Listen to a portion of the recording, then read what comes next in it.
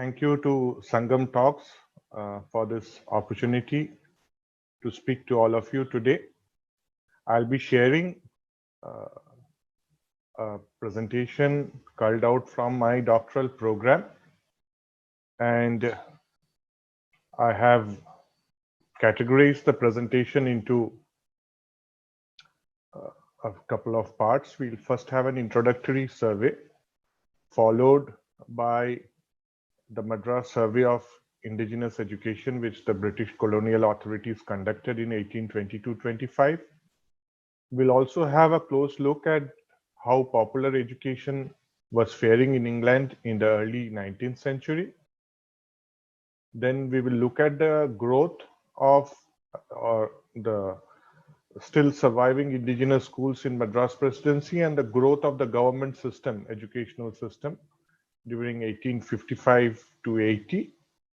And ultimately, we will look how the community profile of boys studying in the primary schools under the government system in Madras Presidency changed between 1885 and 1935. This, I believe, will give us a lot of insights into the educational deprivation that emerged through the colonial policies of the British government. And I am certain that what we see in Madras Presidency through the data left behind by the colonial administrators will be more or less same in other regions of India, in Bengal Presidency, in Bombay. Similar surveys were done there also. And it would be worthwhile to look at those surveys of the Indian nationalism during the late 19th and the early 20th century. It was noticed that large sections of Indian society had little or no participation in the modern education system. From the decadal census records, it also became very clear that a large number of communities had a very low percentage of literates and even lower percentage of those who were literate in English. And English literacy in those days, even it is today now, was an absolute prerequisite for a government job or a professional career. The British administrators and scholars, they, however, attributed all this to the low status, social, economic, as well as educational, which these communities allegedly had in traditional Indian society for millennia.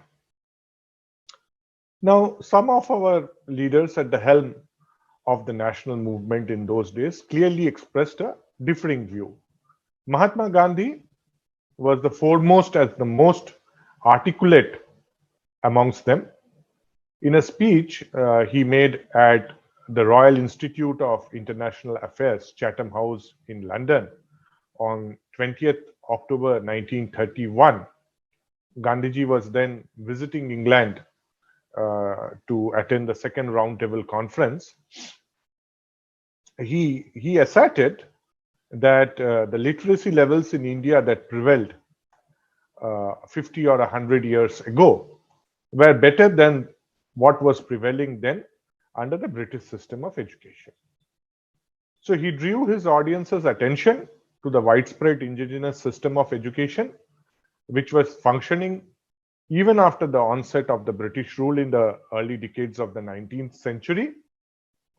And referring to this education as the beautiful tree, Gandhiji said the British uprooted this system and left it to wither away over time.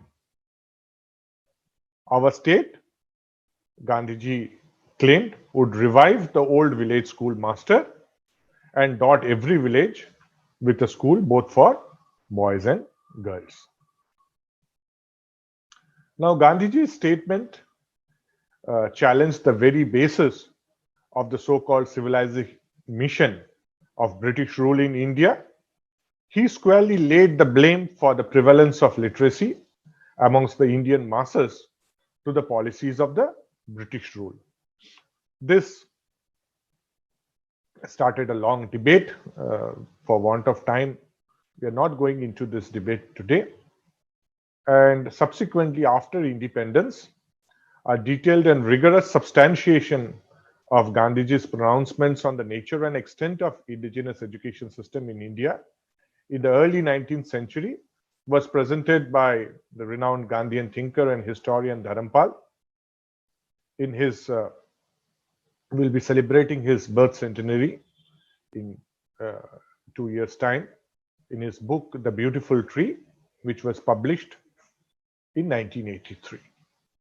So in his book, Dharampalji has reproduced all the available original documents pertaining to a detailed survey of the indigenous system of education that was conducted in Madras Presidency during 1822 and 1825. Dharampalji's book, we'll see that it brought to light for the first time the crucial fact that in most districts of Madras Presidency at that time, the majority of the students, in fact, the overwhelming majority of the students, as many as 70% of them or more, hailed from what we call the non-Dvija communities, that is the Shudras. And these are termed as other castes in the reports of 1822-25. And they today correspond to communities which are included amongst the scheduled castes and scheduled tribes of India. Dharampalji also highlighted the fact that the indigenous system of education in Madras Presidency in 1825 was more widespread and vibrant than the nascent system of public education that was at that time emerging in England. We'll also have a look at this in the subsequent slides, how the system of education, public system of education started evolving in England from the end of the 18th century. Now, during 1820 to 1835, following instructions from colonial authorities in London, various provincial governments in India carried out detailed surveys of the indigenous education that prevailed in their areas, in their provinces. A survey was conducted in some select districts of Bombay Presidency. First, it was conducted in 1824-25, and another survey was later conducted during 1828-29. In 1835, Governor General Lord William Bentinck, he gave an instruction, and William Adam, Baptist missionary agent, he conducted a survey of indigenous education in 5 different districts of Bengal Presidency of those days. And these districts were Birbhum, Bardwan, South Bihar, Tirhut, and parts of Murshidabad. Adam personally also carried out a detailed statistical survey of the area under the Thana of Nator in Rajshahi district. Rajshahi is today in the Bangladesh region. And the survey in Madras Presidency, which was perhaps the most detailed one, was conducted during 1822 and 25. In our presentation today, we shall be concerned with the results of the extensive survey of the indigenous education system conducted in the Madras Presidency during this time. Now, the Board of Revenue of Madras Presidency in 1822 March, they left a communication instructing the collectors in their various districts to carry out a survey of the indigenous system of education in their respective districts. So the information sought included, it was a tabulation where the total population was included, the number of schools and colleges in each district were also to be tabulated, and the collectors were asked to give the number of boys and girls studying in these schools and colleges under each of the following community heads. So there were 9 community heads, and the scholars were supposed to be divided in them. You had the Brahmana, scholars from the Brahmana community, from the Kshatriya, from the Vaishya, from the Shudra, You had scholars from all other castes, then grand total Hindu scholars, followed by Muslim scholars, and total number of Hindu and Muslim scholars following a tabulation of the total population. So now from the 1822-25 survey, we see that there is no clear specification as to what was meant by the category of all other castes. It was perhaps left to the discretion of the various district collectors to include under this category, I think, all those who, as per their sources of information, did not come under the traditional Varna classification, and it must have included most of those who are classified today as scheduled castes and scheduled tribes. The detailed information that was provided by the various collectors of Madras Presidency was summarized in a communication dated 21st February 1825 from the Board of the Revenue to the Chief Secretary to the government at Fort St. George in Madras. Now, some of the data of this survey, including extracts from the minutes of Thomas Munro, who was the governor of Madras at that time, got published as part of the House of Commons paper. In volume 9, it was included in 1831-32. However, we see that the detailed district-wise data on the community profile of students, it was neither published in any government reports nor in any scholarly investigations on the subject till the publication of The Beautiful Tree by Dharampalji in 1983. Now, you see, here it's very interesting to look at the minutes by Governor Sir Thomas Munro on the results of the Madras survey. Thomas Munro's minutes is dated 10th March 1826. He writes, "It is remarked by the Board of Revenue that of a total population of 2.5 millions, there are only about 1,88,000 or 1 in 67 receiving education. This is true of the whole population, but not as regards the male part of it. So half of the population will be male, and if we reckon the male population between the ages 5 and 10 years, which is the school going age, then the period in which the boys will generally be school is assumed to be at 1/9 of the total population, of the total male population, or 1/18 of the total population. So it will give a figure of about 7 lakh odd number of boys of school going age. And if all the males above 10 years of age were educated, that will be the number, but the number actually attending the schools from the surveys is found to be 1,84,000, or little more than 1/4 of that number.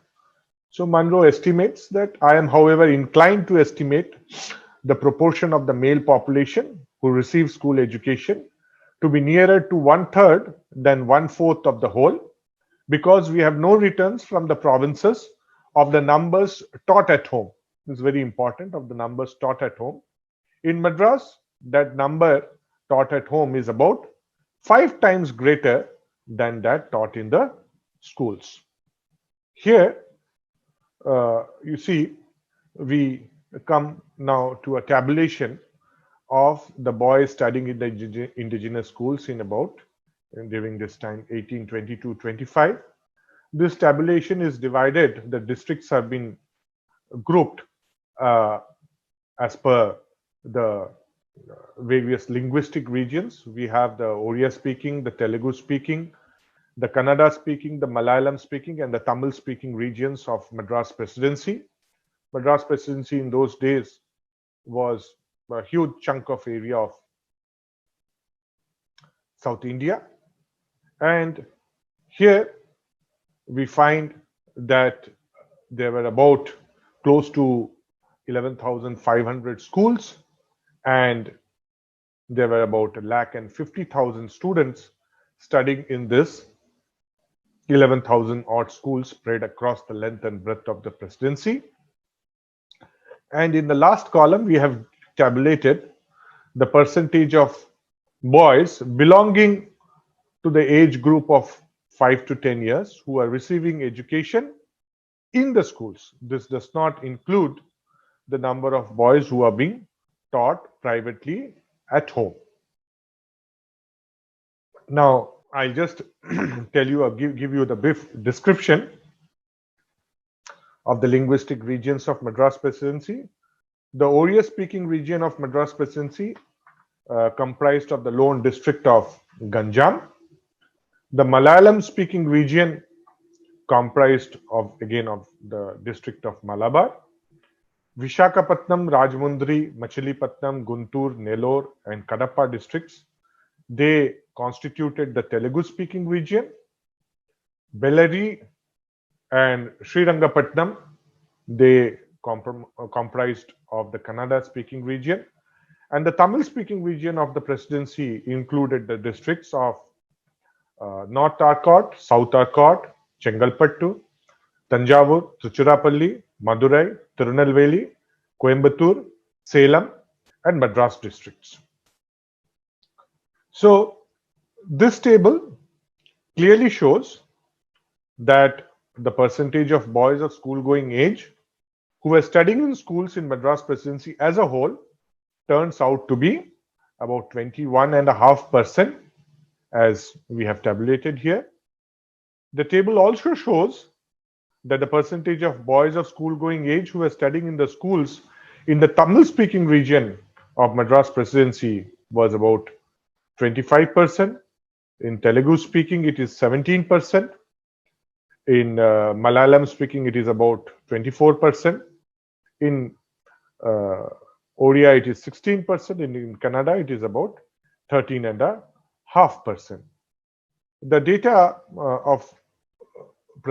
summarized in this table presents a complete different picture. See, as regards the community participation, which we will look at now in this table. Okay, as regards the participation by various communities in the indigenous education system, it shows that all sections of the society were being instructed in the schools. In fact, the majority of the students of the districts were from the non-Dvija. So the non-Dvija Hindus, they comprised, if we see of the Sudras and the other castes, they constituted about 65% or nearly 2/3 of the students studying in the schools. So in the Telugu-speaking districts, they were about 39%, but they were much higher at 54% in Malayalam-speaking Malabar. In Oriya-speaking Ganjam district, they were about 64%. In Kannada-speaking Bellary and Srirangapatnam, they were about 74%. But in the Tamil-speaking region of Madras Presidency, they were overwhelming 77% of the total student population. This is something very, very interesting. Now, another crucial fact that emerged from the reports of the various collectors was that there was almost a parallel system of education where the children were educated at homes. However, it was only the collector of Madras district, LGK Murray, who gave detailed information on the number of boys who were so instructed at home. And according to Murray, we'll see in the next table, there were about 5,500 boys who were studying in 322 schools of Madras districts, but there were more than 26,000 boys who were being instructed at homes. So the number of boys who were instructed at homes in the district of Madras were nearly 5 times the number of those who were instructed in the who are instructed in the schools.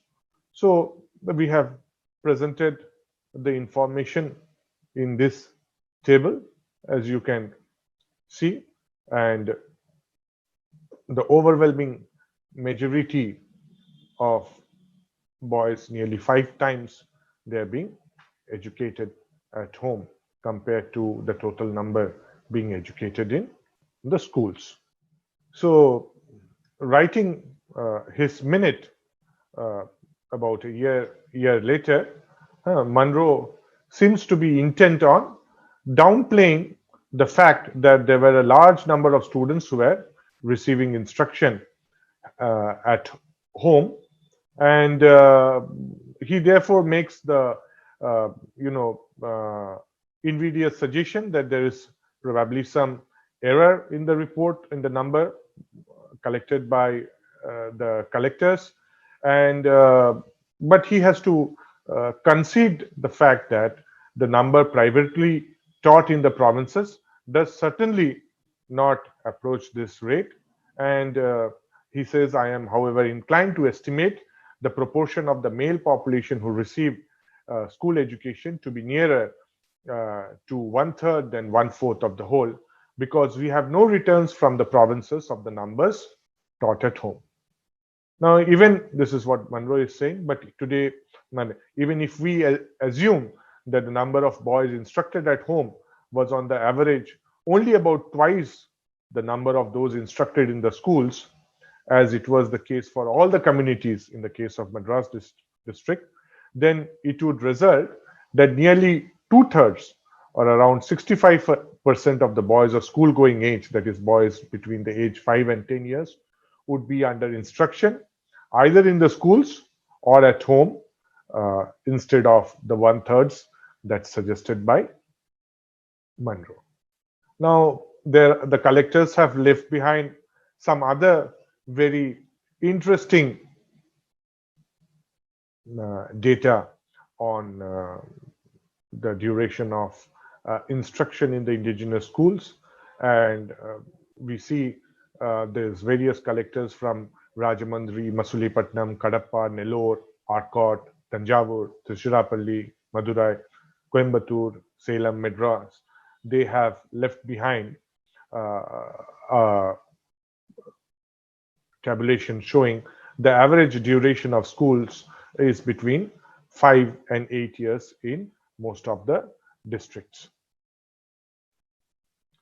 There were also, the collectors have left behind data on the institutions of higher learning,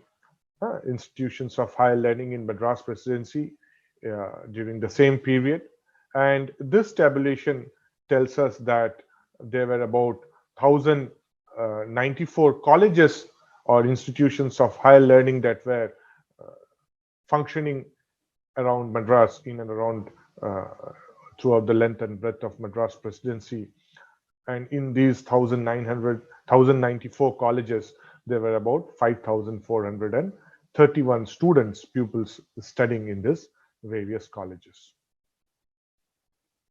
And in this table, we have tabulated the interesting fact that tells us what were the different subjects that were taught under the private tutors in Malabar. Dharampalji has left behind this very interesting data on higher learning that was happening privately in the district of Malabar, in the house of the senior scholars. And we see that in this table, we see that there were about 195 Shudra students and 510 students from other castes who were studying astronomy in the homes of the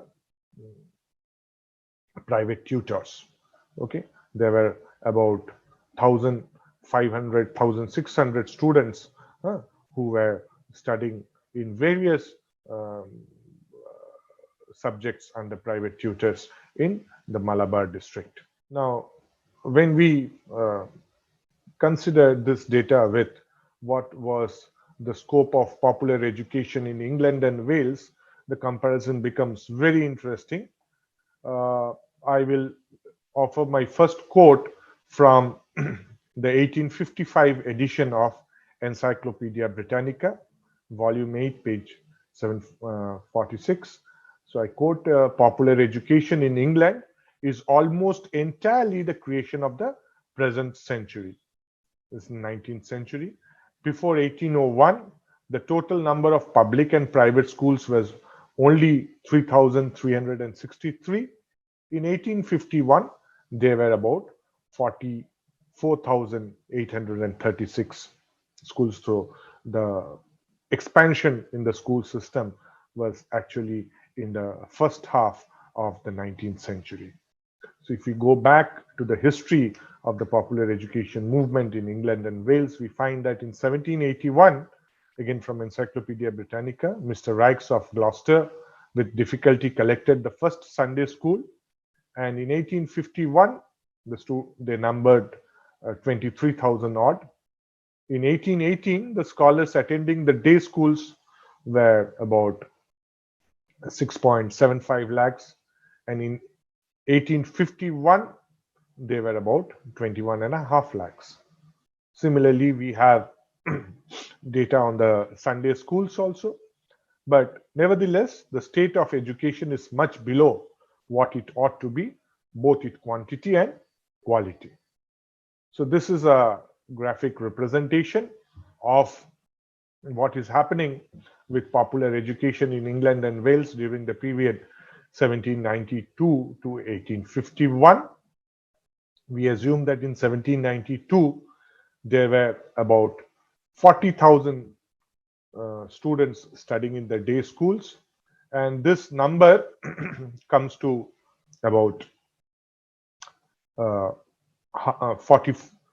almost 46 lakhs students in 1851. But the majority of them are studying only in the Sunday schools in 1851.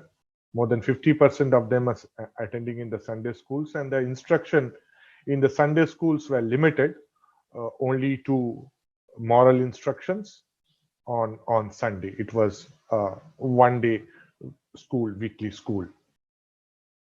Now, this is again a very interesting observation by Prince Albert, the Prince Consort, husband of Queen Victoria. So while opening a conference on national education on 22 June 1857, he says in 1801, there were in England and Wales about 2,876 public schools, and there were 487 private schools. The number increases in 1851. There were about almost 15,500 public schools, and private schools also, the number goes up to 30,500, teaching about 21.5 lakh students.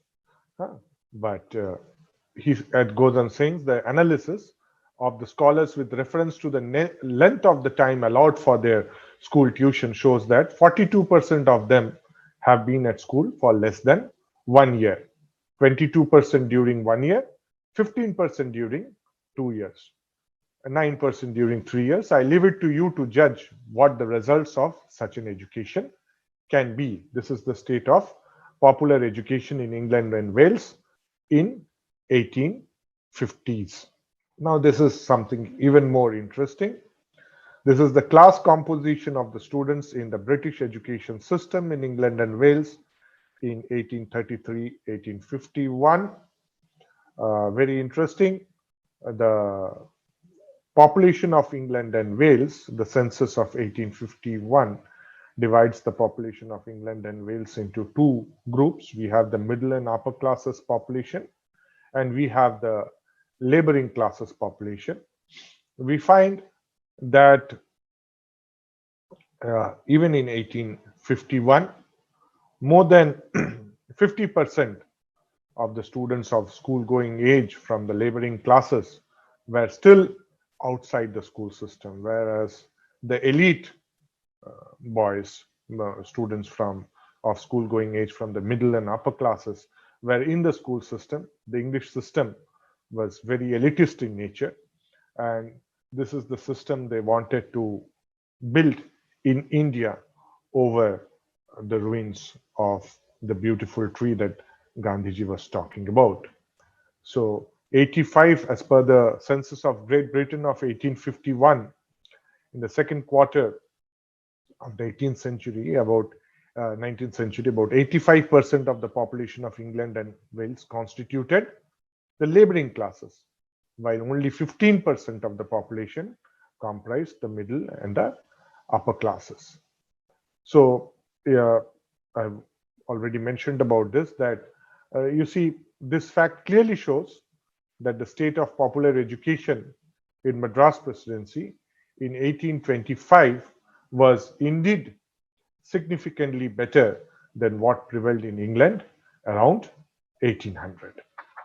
So now we will have look at the statistics of how the indigenous schools and the department schools continued to fare in Madras Presidency between 1851 and 81. The departmental schools are the government schools, and the indigenous schools are the locally aided village schools, which were aided and supported by the local people. So in 1822-25 survey told us that there were about 11,500 schools. We see in 1855-56 this number has gone up, and there are about 12,500 schools, almost unaided indigenous schools in Madras Presidency, where about 161,000 students are studying. Compared to that, the government schools are very small in numbers. There are only 83 government schools where about 2,000 students are studying. The indigenous schools continue to survive 15 years down the line. In 1870-71, there are about 12,000 similar number of indigenous schools. The government schools marginally increase over 15 years. The students double in the government schools. There's a slight decrease in the number of students studying in the indigenous schools. But it is only in 1881-82 that when the indigenous schools are brought under the government system by what is called the Grant in Aid scheme, that the number of students go up, okay, and substantially in this 10-year period, we see a rise in the number of the government primary schools also. But interestingly, the indigenous schools, almost 3,000 indigenous schools, continue to survive towards the last decades of the 19th century, with more than 500,000 students still studying in them. Okay, so it is estimated that in 1881-82 there were about 11,264 indigenous schools, where about 239,000 students were studying. Of this, 8,436 schools were brought under the Directorate of Public Instruction during the previous decades, and 2,800 indigenous schools still survived outside the departmental system. And this fact, that the indigenous schools, which contributed in a major way to the expansion of the governmental education system, was also acknowledged by the report of the Madras Provincial Committee to the Education Commission of India in 1882. So if the quotation is, it appears from these two statements that 8,436 schools of an indigenous characters with about 185,000 people have been brought into connection with the department. The great increase in the number of schools connected with the Department of Education has been due mainly to the gradual absorption of such indigenous schools. So here in this table, we give you, show you the growth of how the different communities or the community profile of boys who were receiving instruction between 1861 and 1880. So we have tabulated a couple of years, selected years here between 1861 and 1880. And we see that these are the total number of students who were studying in the various, you have the, we don't have the numbers for the students belonging, separate numbers for the student belonging to the scheduled caste and scheduled tribes before 1872-73. So even in 1872-73, there were hardly any scheduled caste or scheduled tribe students in the government system. Okay, it's only we see that after the incorporation of the indigenous schools in Madras Presidency, that this number will go up. Okay, so but another interesting fact is the high percentage of the presence of native Christian students. The native Christian students were almost 8%, 7.5%, and there were an equal number of Muslim students of the total number of students. They were more than the proportion of their population. So here we give you the breakup of the Hindus, the Muslims, and the native Christians, and the total. We have tabulated the boys of age group 5 and 10 years, and what percentage of they form of the total population, the number of male students, and also the percentage of total of the number of male students and the gross enrollment ratio. So we see that in 1884-85 of the Hindu students, the gross enrollment ratio is about 14%. This increases to 24.5% in 1899-1900. Of the Muslims in 1884-85, the gross enrollment ratio is about 19%. It increases to 53% by 1900. Of the native Christians, it is about 41% in 1885. It goes up to 59% in the 1900s. Okay, in subsequently in during 1921-22, we see that the Hindus are about 40%, and in 1934-35 they come to almost 58%. The Muslims see rise from about 70% to almost 100%. They're at about 98%, almost 98% of the Muslim boys of school-going age are receiving instruction in the schools, in the government schools by 1934-35. Almost all boys of the native Christians community are receiving schools in the government schools, whereas about 58% of the Hindu boys of school-going age of 5 to 10 years are in the government schools by about 1934-35. Okay, now amongst the Hindus, here in this tables we give you the data of the Brahmanas, Vaishyas, and what we would call the scheduled caste and the scheduled tribes. The figures for the SCs and STs are not available for 1884-85, but for subsequent years they are available. So we see that the Brahmins are about 50% of the Brahmin boys are in the school system of school-going age, are in the government school system in 84-85. This number increases to about 77% by 1900.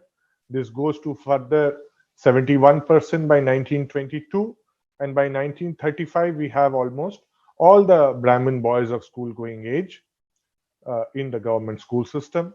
Of the Vaishyas and the Shudras, it's about 17% in 1884-85. This increases to about 26% by 1900.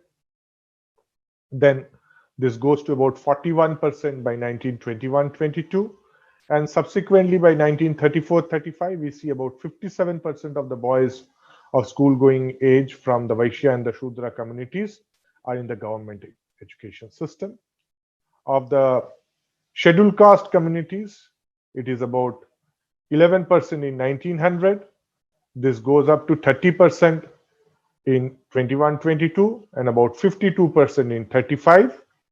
Of the scheduled tribes, it's again about 11.5% in 1900, about 28% in 1922, and in 1935 we see that about 89% of the boys of school going age from the scheduled tribe communities are in the school going age, of the total school going age attending school. So what we saw there, that there was a notable increase in the gross enrollment ratio in primary education during the first few decades of the 20th century, as reported by the various report of the DPI. DPI is the Directorate of Public Instruction. For instance, the aggregate GER of the boys of school studying in primary schools, they were reported to be about 63% in 1935 compared to the level of 27% in 1900. Of the Vaishya and the Shudras, the GER, and of the SCs and STs, we see that it was about 56, about 57%, 52%, and almost 89% respectively in 1935 compared to the levels reported in 1900. However, the data on the enrollment of students in primary schools do not give us the correct picture of the number of students receiving an adequate basic education. This is mainly because of the fact that a vast number of the students did not study for full 5 years in the government primary schools. These reports of the DPI do not give regular data on the average number of students, average number of years that each student studied, or the dropout rates, though there are various estimates which show that the dropout rates were more than 80% between class 1 to class 4 in the 1920s. And this was, for instance, noted by Sir Philip Hartog, who states in his book Some Aspect of Indian Education Past and Present in 1939 that of 100 boys in class 1, only 26 were reading in class 4 in 1934-35. So therefore, we'll have to take recourse to the decadal census data on literacy to get a better estimate of the percentage of boys of school going age from different communities who were receiving an adequate basic education so that they could be counted amongst literates. So this is the level of male literacy from the decadal census we have tabulated the 6 census years from 1901 to 1950. We have given the general literacy and we have given the male literacy. So we see that the general literacy in 1901 was in 6.3%, and in the first census after independence in 1951, the general literacy was about 19.3%. The male literacy during the British period was from near about 12% in 1901 to 22% in 1941. In 1951, the male literacy was about almost 29%. Now, you see, between 1920 and 35, we see the percentage of boys of age group of 5 to 10 years who were enrolled in schools were reported to be in the range of 43.5% to 62.5%. But the male literacy levels reported in the censuses of 1941 and 51, it is clear that a vast majority of them dropped out within a year or two of schooling, and the percentage of boys who received adequate basic education so as to be counted as literate was most likely in the range of 22.5% to 28.5% during this period, 1921 to 1935.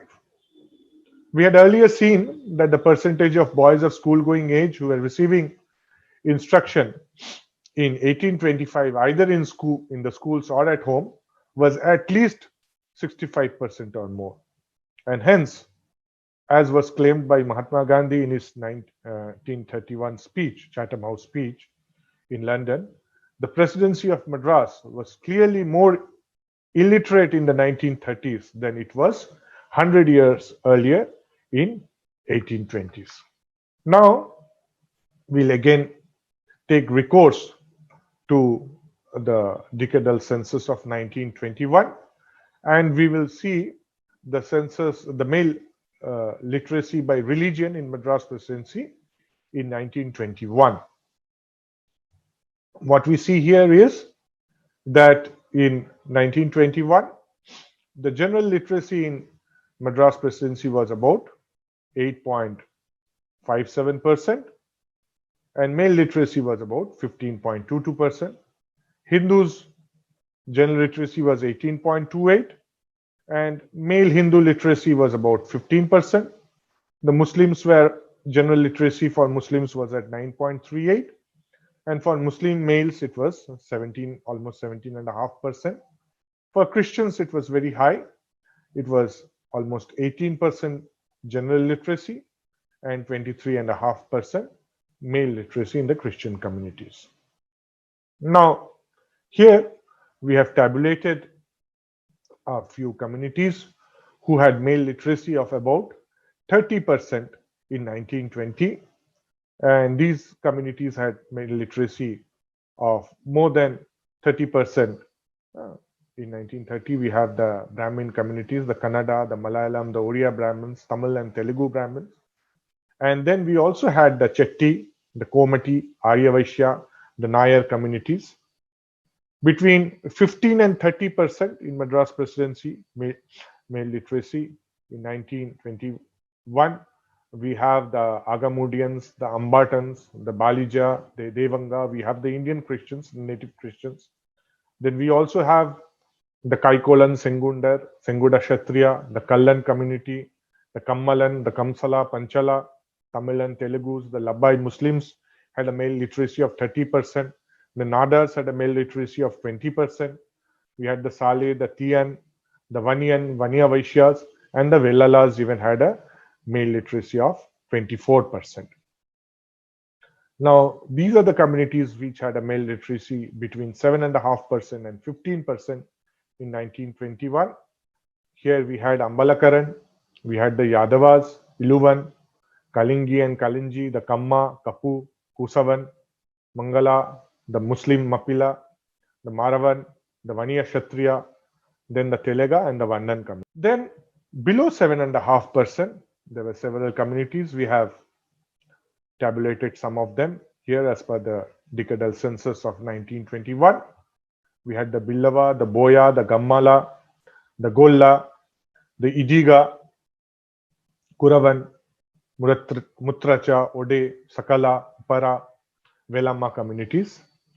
And then we have male literacies of the scheduled caste and the scheduled tribes, which were very abysmally low levels of male literacy, as can be seen. We have tabulated the male literacy of some of the scheduled caste, the communities. The scheduled tribes as a whole had a male literacy of less than 0.5%, and for the scheduled caste, the male literacy was never more than 4%.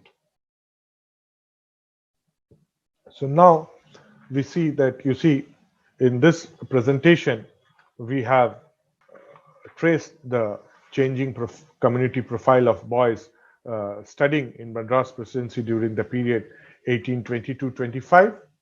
It is seen, you see, the 1822-25 survey of indigenous education has certainly showed us that there was a widespread, very widespread system of schools for the education mostly of boys.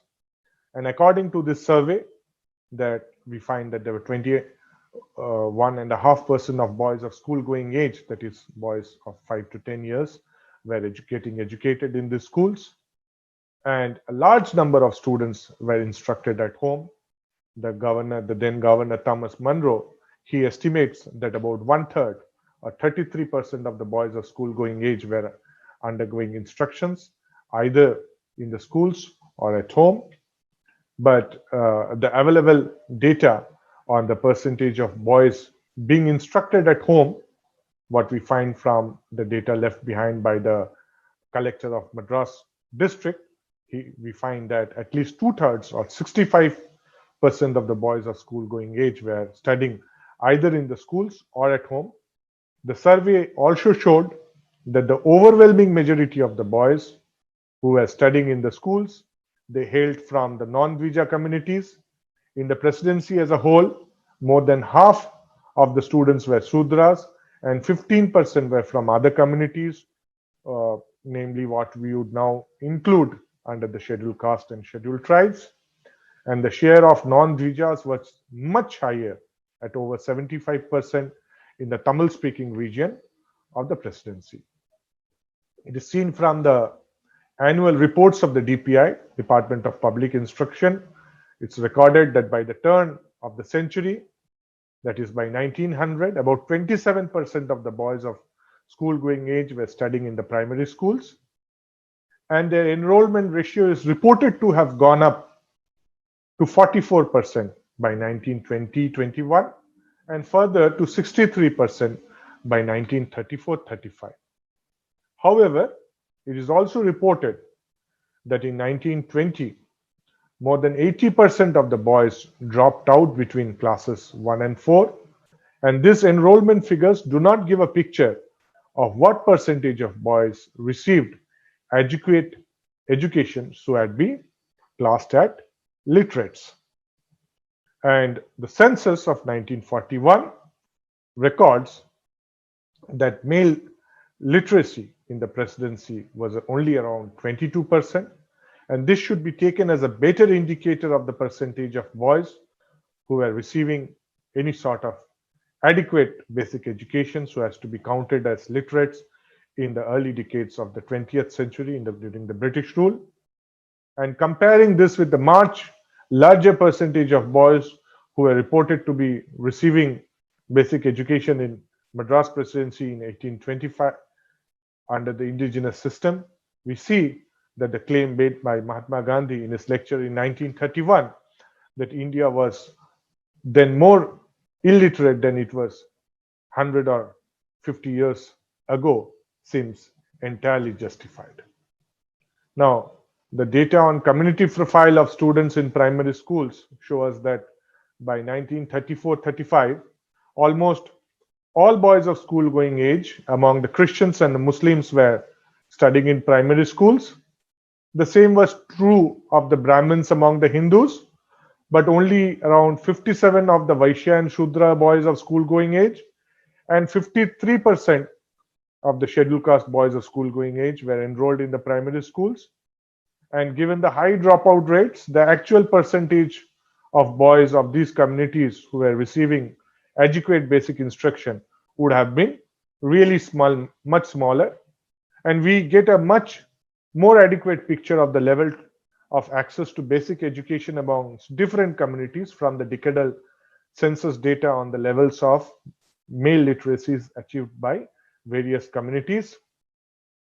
The 1921 census tells us that 24% of the Christian males and 70% of the Muslim males were literates. The Hindu Brahmin male literacy was much higher at 59%. However, there were several jatis and castes, many of them classed under the backward classes today, who recorded levels of literacy much lower than the average male literacy of 15%. In particular, most of the jatis which are classed under scheduled caste today's reported male literacy levels below 5%. The scheduled tribes as a whole reported an abysmally low literacy level of 0.4%. So we see that nearly after 100 years of English education system, around 1935. There were large sections of the population in the presidency of Madras who reported very low levels of enrollment in primary schools and even abysmally lower levels of male literacy, which is a better indicator of the level of access enjoyed by them for adequate basic primary education. This situation persisted till the end of British rule in 1947, and it continues to be one of the major issues, major challenges that is being attended to by independent India.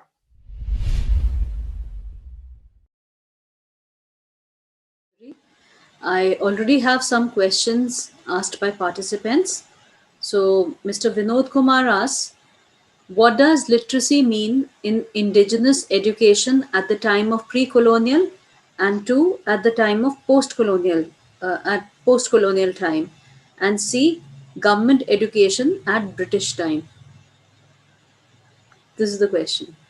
Well, indigenous education, we do not have a literacy data on the indigenous education, so to say, but we see from the various records left by the various district collectors of Madras presidency that on an average, students studied for about 5 to 8 years in the indigenous schools, and they were instructed in reading, writing, and arithmetic in all the 3 years so as to be counted as literates.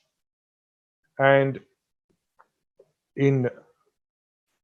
once the decadal census started, the first census of India was conducted in 1871, and subsequently every 10 years the census was done, and people who could write their names, who could sign their names and speak, had a certain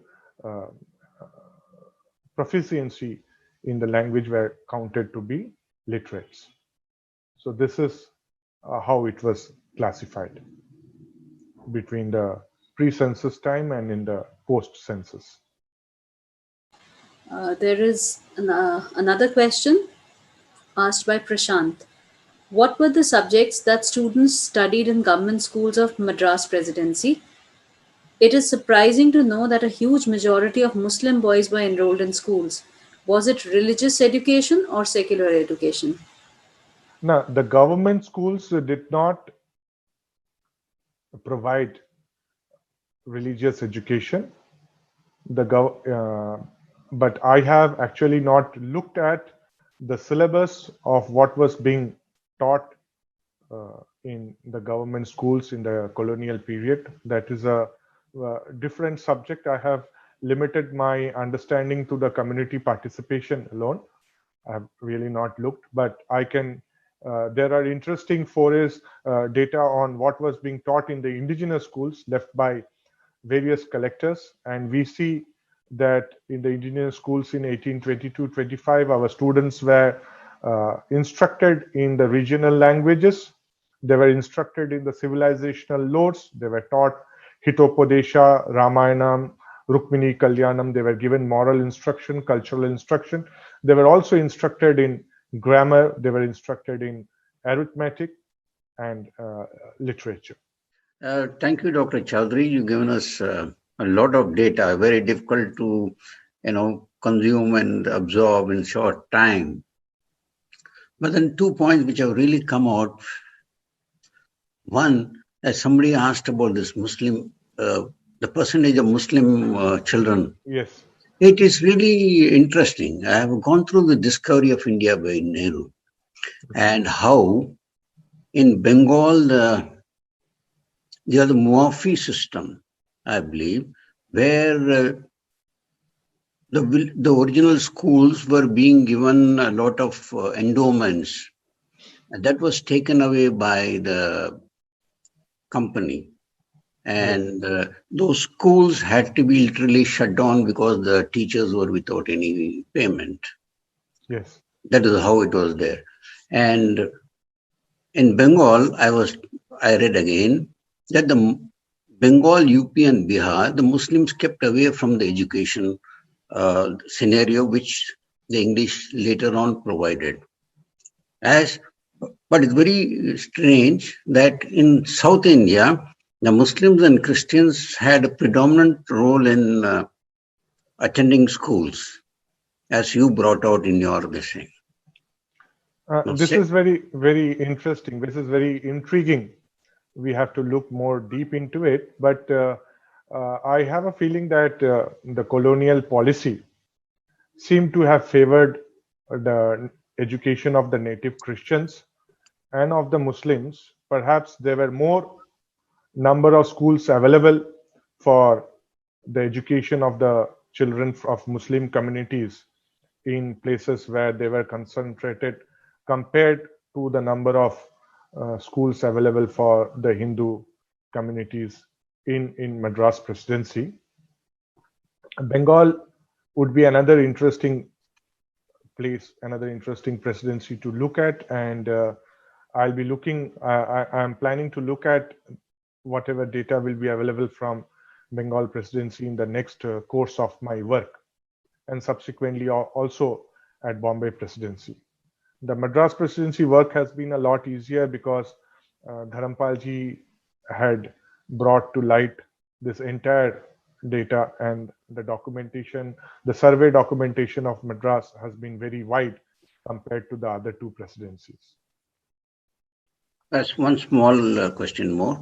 Were these government schools charging the students for education? That Yes. might be one of the reasons why the scheduled caste and scheduled tribe children were left out of the system. I don't know. That is one reason the government schools were, and then the Indian communities did not find this kind of schools. You know, the schools, the Indians were used to a system of school which were espousing their cultural and civilizational traditions. So for a very long time, they did not find themselves in tune with the colonial schools that were started. Sir, there is another question from Prashant. He asks, is there any data on the evaluation and selection criteria of students in indigenous schools? Again, in indigenous schools, how did the caste-based discrimination, to whatever minimum levels it was present, work out in the real-time classroom scenario, where students of different castes apparently study together? And how much of this matches with the traditional idea of the Gurukul system? I think that the desire to learn was the only criteria.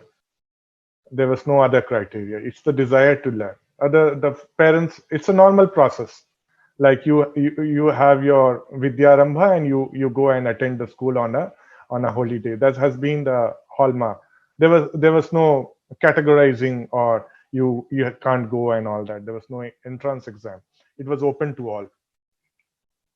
The next question is, again, in indigenous schools, how did the caste-based discrimination, to whatever level it was present, how did the caste-based discrimination work out in real-time classroom scenario?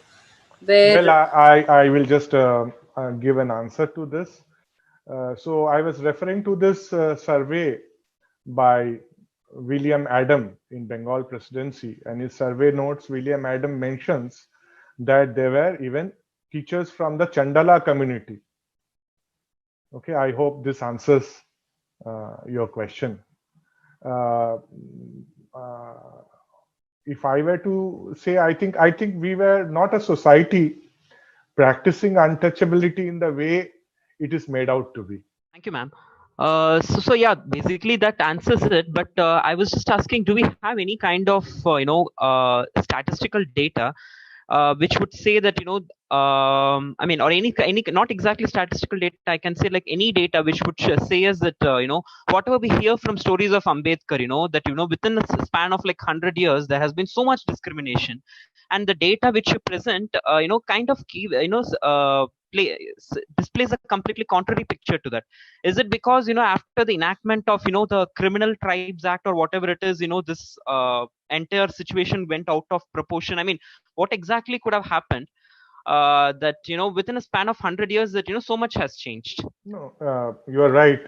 Actually, things would have changed in a span of 50 years, and the picture that we see of Madras Presidency in 1822-25 is a very dilapidated system, because by 1822-25, large parts of Madras Presidency would have been under direct British rule for at least 50 years. Most parts of Madras Presidency would have been under British rule for about 50 years, and there would have been no support for the local society to thrive. So this process would have started by, say, 1750 in Bengal, and by similar time in Madras, and by 1800 the process would have wreaked havoc in most parts of India. And then the various colonial policy directives, like, as you rightly pointed out, the enlisting of the criminal tribes and the other colonial policy directives, the criminal laws and all that, they kept huge portions of Indian society away from our polity and very functional polity and its institutions. So when you are away from your resources, I think 50 years or 100 years is a long time. In 5 or 10 years, a community can succumb. Thank you, sir. Just one more question. What I wanted to ask is the indigenous schools that you had, that you were talking about, the subjects that you had listed in the indigenous schools. I remember. I mean, if I remember correctly, there were some 5 or 6 subjects. There were astronomy, law, and so on. Yeah, they were in the institutions of higher education. Okay, in the higher education. Yeah, not in the schools. The schools generally had, primary education in the local regional languages. Okay, and in the regional languages, they taught the local literature. They taught our ancient civilizational literature, and they instructed in arithmetic. They taught a bit of grammar, reading, writing, and all that. Okay. So just to add to that, sir, what exactly? Where exactly were the schools? Say, for example, which taught about say, for example, Shilpa Shastra and things like that, where they're a part of the indigenous schools, because say, for example, construction of a temple, which would actually be involve a lot of engineering, or construction of bridges, or any such activity, which would actually involve a lot of precise mathematical calculations and all those things. And we had temples being constructed like anywhere and everywhere in India in the ancient times. So there should have been a huge numbers of indigenous schools which had taught these specific disciplines. Absolutely. So Absolutely. do we have any what do you say, jhalak of that in the data that we have from 1822? That 1822-25 data does not give that kind of a jhalak. Okay, but as far as astronomy, medicine is concerned, even from Malabar, where Kerala is so rich in Ayurveda, we do have evidence of great many students studying in the colleges, and these colleges were centered around a scholar. Okay, what the larger data that I have presented is about primary education. Not everybody was interested to go for higher education, and higher education was not mandatory either. It was not a modicum for any job or anything. Okay. So this was happening, and you see, most of our traditional institutions, after long years of war and invasion, had become dysfunctional by the early 19th century. So there were many of them, but they were all hidden in bits and parts of India, of which and even the British were not interested in either in reviving them or even to make a passing reference of them. I have 2 questions on the indigenous education that you talked about now. Is there any data on women education here? Because we have been told that right from ages, women have been not given the opportunity to study, right? So does Dharampal give us any hint about the number of women's female education in India? Okay, see, in the indigenous survey of 1822-25, we find there are very few women who are participating in the indigenous schools, but perhaps they were more getting educated at home, in the schools at home, and then hence we have kept them outside our survey our discussions today. So in the indigenous schools proper, there were very few women, but the understanding is that most of them were getting educated at home. Even this has been the case even with my grandmother, with my father's grandmother also. None of them were anyway less educated. They were all educated, and they also were able to give proper primary education to their children.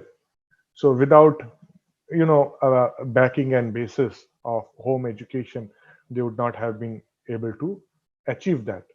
But there were some women who were taking to higher education also, even at those times. Thank you.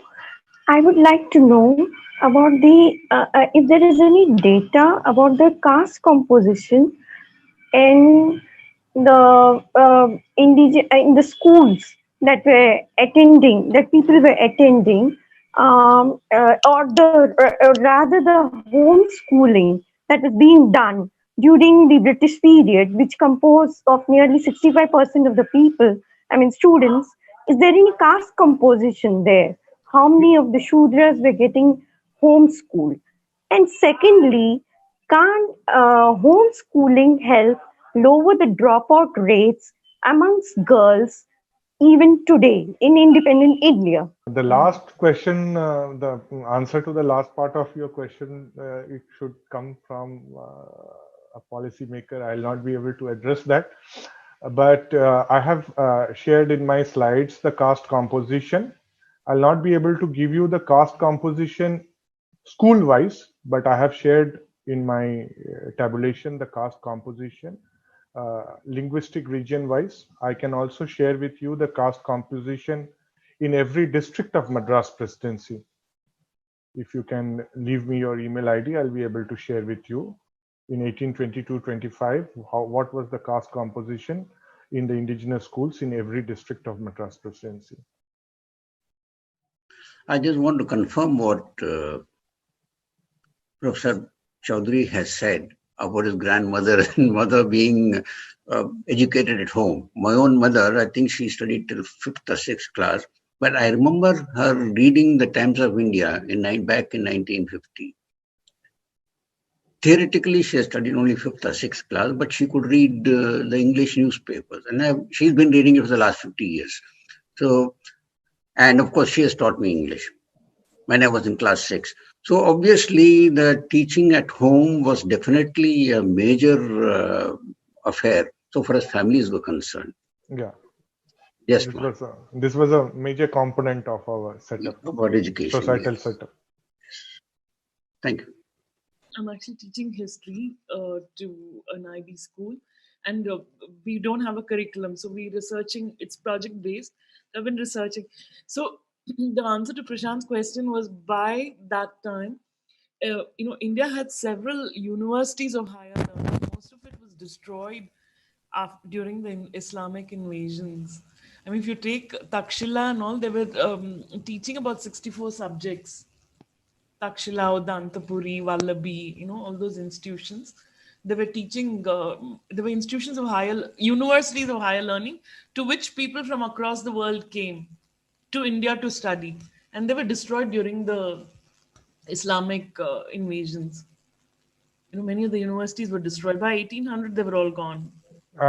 Just to add on to what Vidyaji just said now, see, Prashant, you might have heard the name of William Jones. William Jones was a very famous Indologist.